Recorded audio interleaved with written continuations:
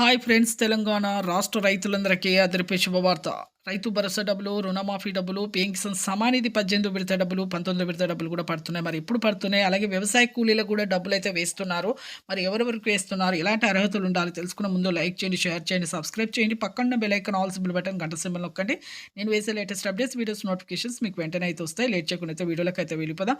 ప్రతి ఒక్క రైతు కూడా రైతు భరోసా డబ్బులు ఎకరానికి 7,500 చొప్పున వానాకాలం యాసంగి సీజన్, ఖరీఫ్, రబీ సీజన్ డబ్బులు అయితే వేస్తున్నారు.